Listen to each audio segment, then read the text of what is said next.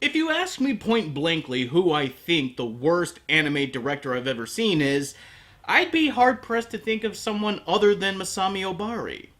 Oh, sure, there are plenty of directors that have made worse anime than Obari, but no one is as consistent or prodigious with their crappiness than Obari. The man is incapable of directing an anime that isn't 12 kinds of stupid. I defy you to look at his filmography and come up with one anime that he directed that wasn't facepalm dumb, other than Bubblegum Crisis. There's no denying that Obari makes some truly bad anime, but there's also no denying that he's entertaining.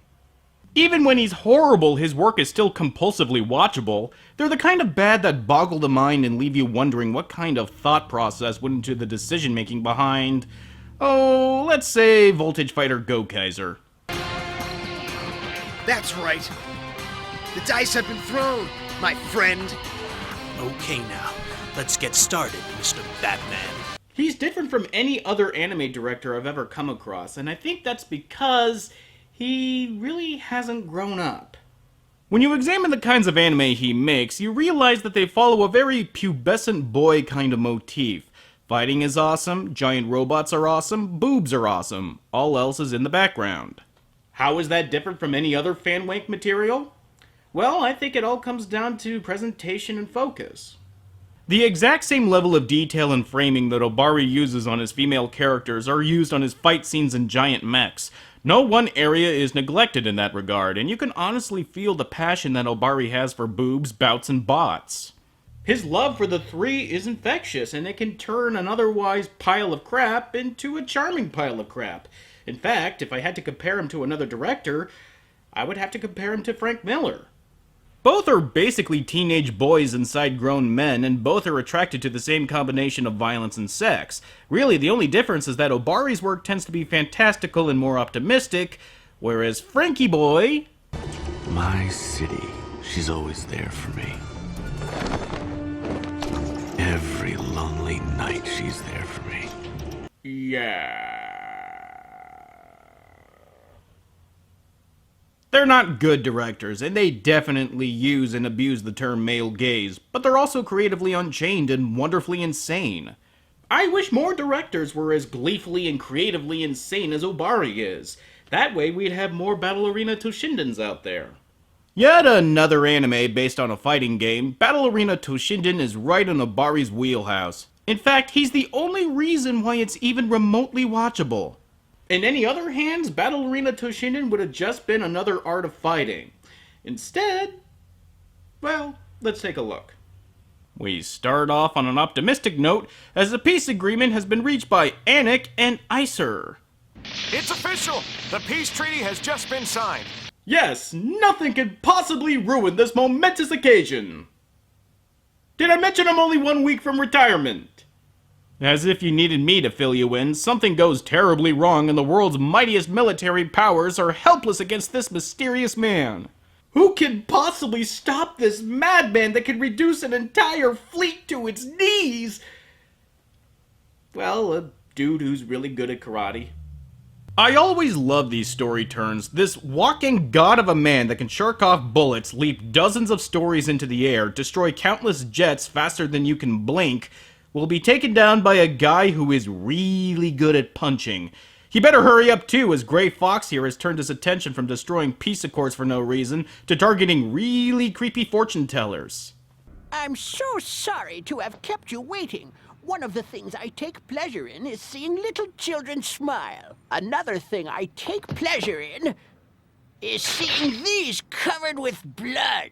I'll need a little help from my weenie for this. That's right. Apocalypse Zero references can strike at any time now. This is your only warning.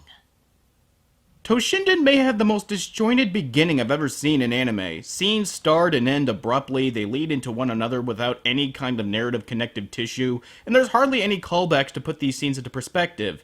I'd say you would have to play the games to know what the hell is going on, but I have a feeling that wouldn't help at all. For all we know, Gray Fox here is just pulling a Russell Crowe and sailing around the world to fight random people. And we cut from that to our main hero, So Not Ryu, on a motorcycle somewhere.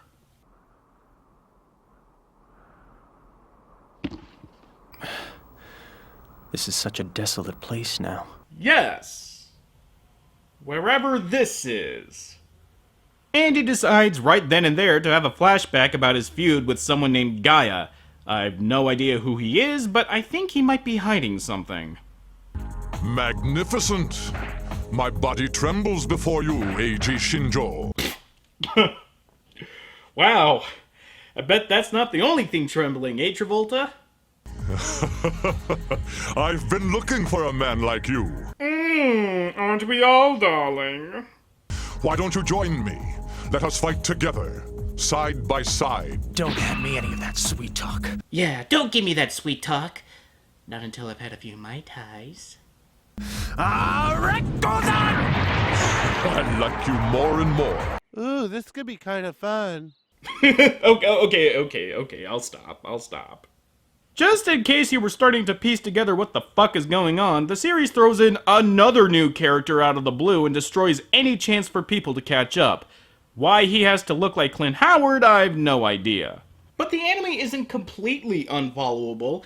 It does have the good graces to have its characters talk in painfully constructed exposition. You're using the Toshinden tournament to recruit the best fighters, so you can lead them against our organization. Your deductive skills are admirable, but I cannot allow you to capture me yet. And I cannot allow you to escape. Hog-tied by hot links? How humiliating! Good God, that voice. It'd be easier to listen to Gilbert Gottfried read an excerpt of The Night You Were Conceived. And, just to make this scene extra pointless, Clint Howard here is slain by Travolta. Heh, what a movie that wouldn't make. Gaia! Eiji, train yourself well. Only then can our true battle begin.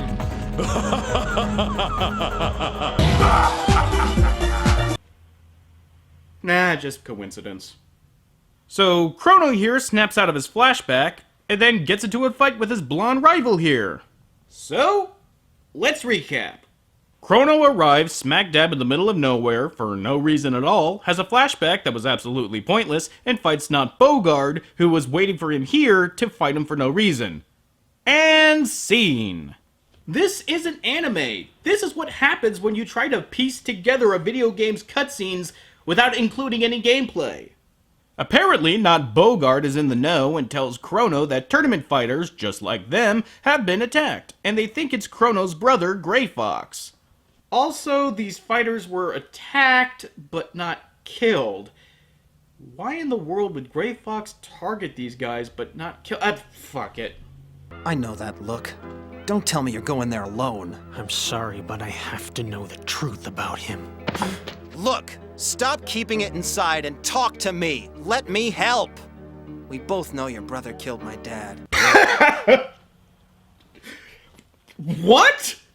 We both know your brother killed my dad. He could literally skywrite, I am giving my character's backstory using an F-14, and he would still somehow be more subtle than that dialogue bomb. But he lost that fight like a true warrior, with honor. But Eiji, it doesn't change anything between us. Rumpuscat and McCavity kept feeling up my leg. I tried to leave, but Rumpelteazer held me down, and I was raped by Mr. Mistopheles. Meanwhile, it seems that evil forces are plotting, as Clint doesn't seem as dead as he once was, and is now being sicked on another tournament fighter by Elsa the Snow Queen.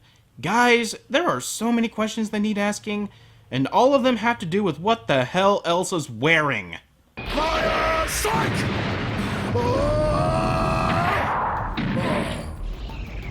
But how could he be? I couldn't see him coming. Now I can have my revenge. Wow, Arnie here sure has had it. Oh wait, suddenly he's safe and in his bed with a few band-aids on. He's alright. What did Elsa do? Just ship him back to his house? Why the fuck are they leaving these guys alive?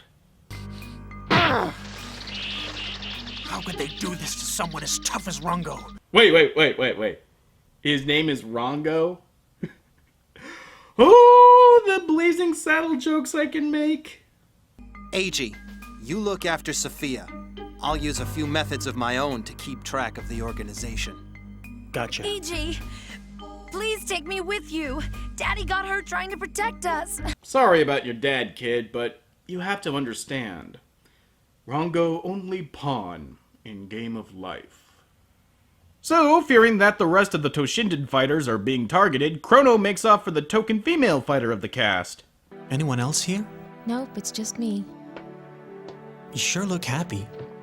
So why are you really here? Guess I'm a lousy actor, huh? Dude, you're not even the lousiest actor in this anime. We'll get to her in good time. Of course, this being an Obari fighting game anime, there is a shower scene for Token, but what gets me especially about this is prior to it, her body was taken over by Elsa remotely, and she uses her to take a shower before she attempts to kill Chrono in his sleep. It's like Obari is trying to make a statement about the routine objectification of female characters in anime, reducing them to titillating scenes in the shower and revealing battle attire. Of course, that statement being, it's fucking awesome.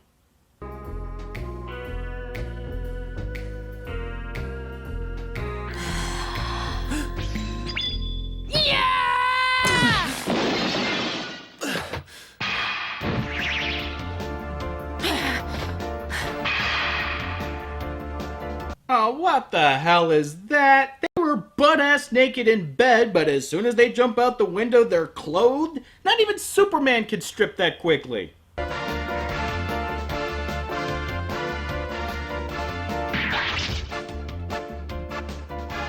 deer. Who's controlling her? Oh, come on! He correctly guessed that she was possessed because he saw her, what, get a little misty-eyed? Yeah, Chrono, she could be possessed. Or she could have allergies. I mean, cut me a break. Just because you saw a crying Freeman doesn't mean we jump to conclusions. And in a turn of the mealy mouth, Chrono breaks her out of possession by hugging her. Okay, if a simple hug can break people from her grip, then Elsa really needs to go back to the drawing board on her mind control machine. You'd think she'd already have done that by now, considering she has to be naked in order for the machine to work. Now that I think about it, how bullshit is mind control as a literary device? It doesn't matter how strong-willed or morally adamant a character may be, no matter how sure they are of what is right and wrong, of themselves and their place in the universe, they are all susceptible to suggestion. Until bonked on the head, smacked in the face, or given a hug. I smell a montage!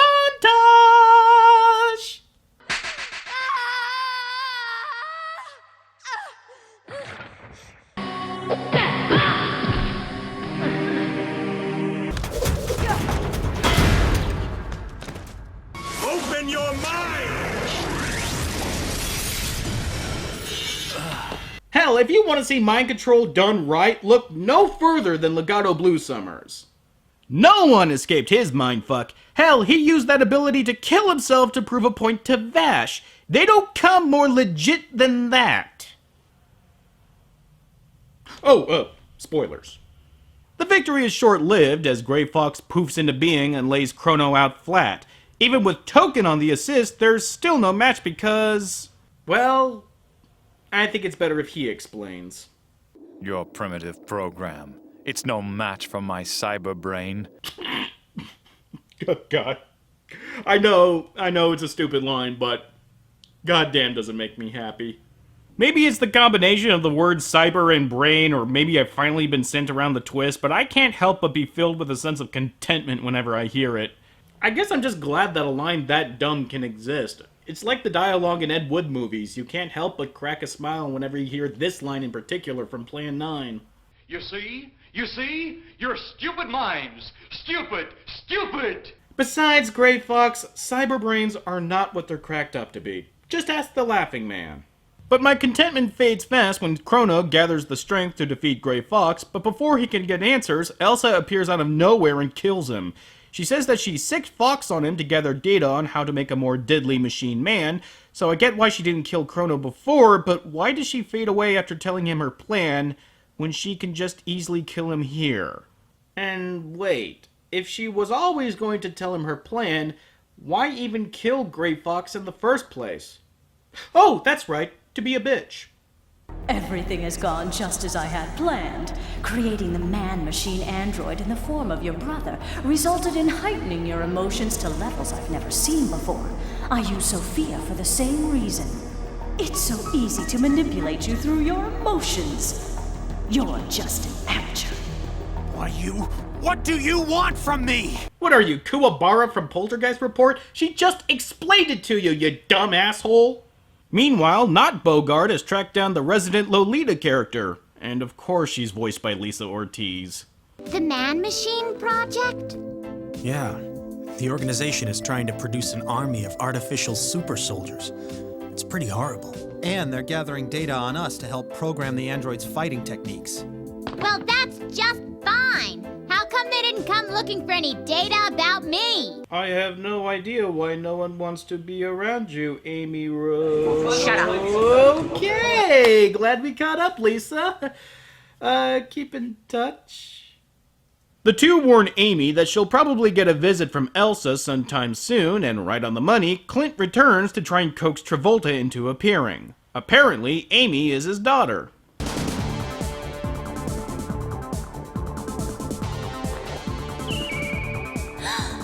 That's Father's pendant. That's right, Amy. Now, what does the dog say? This is one of the weirder scenes in the entire anime, since Travolta's pendant never contributes anything to the story and holds no significance as far as the plot is concerned. So Amy just called it out for no reason at all. So of course, befitting a character that's a few fries short of a Happy Meal, she gets herself poisoned. Alice. The child just had to interfere. Well, no matter. I've achieved what I've set out to do. What's that? Those throw brains Oh are my poison. god, The what's antidote is wrong red. with your face? I've been waiting 85 episodes to make that reference. Clint tells Travolta that if he wants the cure for the poison, he better cooperate and come with him. And then leaves his ass.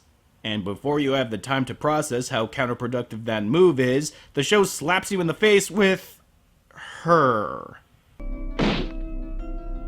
I want some answers. Are you gonna tell me what's going on? We've got reports of groups of strange people lurking in the woods near that circus. We've got a girl who's suffering from a poison that nobody's ever seen before. And even if I believe that bit about fighting a stray dog off, I'm betting it wasn't your run-of-the-mill street fight. Yes! Taint Misbehavin' from Voltage Fighter Go Kaiser makes her return.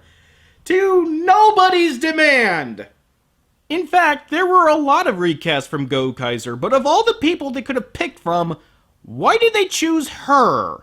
I am the ghost of the one who was beaten to death by you in a karate match. The character doesn't appear for long in the series, and thank whatever higher power was responsible for that, but every time she is on screen and opening up her face hole, I can't stand it. It's like my chest is caving in from the pep! Oh, God. Moving on. Appearing without warning, the still unidentified enemy force inflicted devastating damage on this military base. What is the enemy force that can lay waste to uncounted men and modern weaponry? And why is an American reporting for the BBC? I'm Stone Shetland. For BBC, apparently. Realizing that Elsa has an army of androids that have all their fighting moves programmed into their cyber brains, the group decides to hit her base hard, and even the other tournament fighters from before get a chance to fight. Because why the fuck not? It's Mondo. Oh shit, it's Mondo! So you're telling me that you have a character named Rongo and Mondo? My cup runneth over. Everyone gets a chance to fight here. The old guy from way back at the beginning, Siegfried from Soul Calibur's here for some reason. It's like an elementary school field day. Everyone gets a trophy. And while they're all keeping busy fighting ankle biters, not Bogart and Chrono split up to take each tower down. While Chrono is able to take care of his, not Bogart hits a snag when he runs into Travolta and Clint duking it out. And the ankle biters are only getting harder. These guys are much more powerful now that they've got data on us. Siegfried? How the hell do you know that? I mean, this is literally the first time we've ever seen you, and not only do you know what you're fighting, but also what's going on. And that's not even touching how you knew where to go and why. Seeing that their fight isn't going very well, Chrono decides that just like Danger-esque, it looks like he's gonna have to jump! Sink or swim, do or die.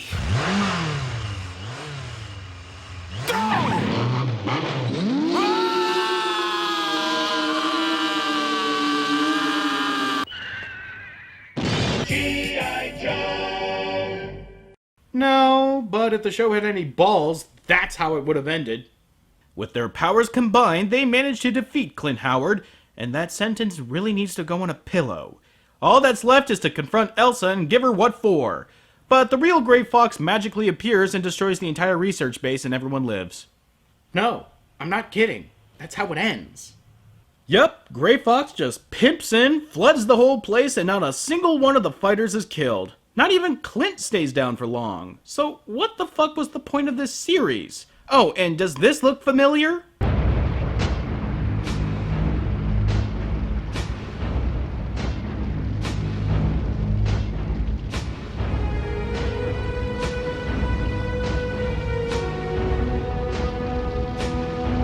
And that's Battle Arena Toshinden. What a heaping helping of nothing. It just doesn't have that level of goofy insanity that we've come to expect from Obari's work. There's no instantly memorable scene or character, there's no awestruck moment of sheer what the fuckery, but at the very least, it does have Obari's little touches. The plot convenience, the over-elaboration, the misdirected elaboration, and above all else, fighting game cheesiness. Really, it's Obari that saves Battle Arena Toshinden from being completely boring and unwatchable, and it's that ability that makes him deserving of an entire month here on Anime Abandon.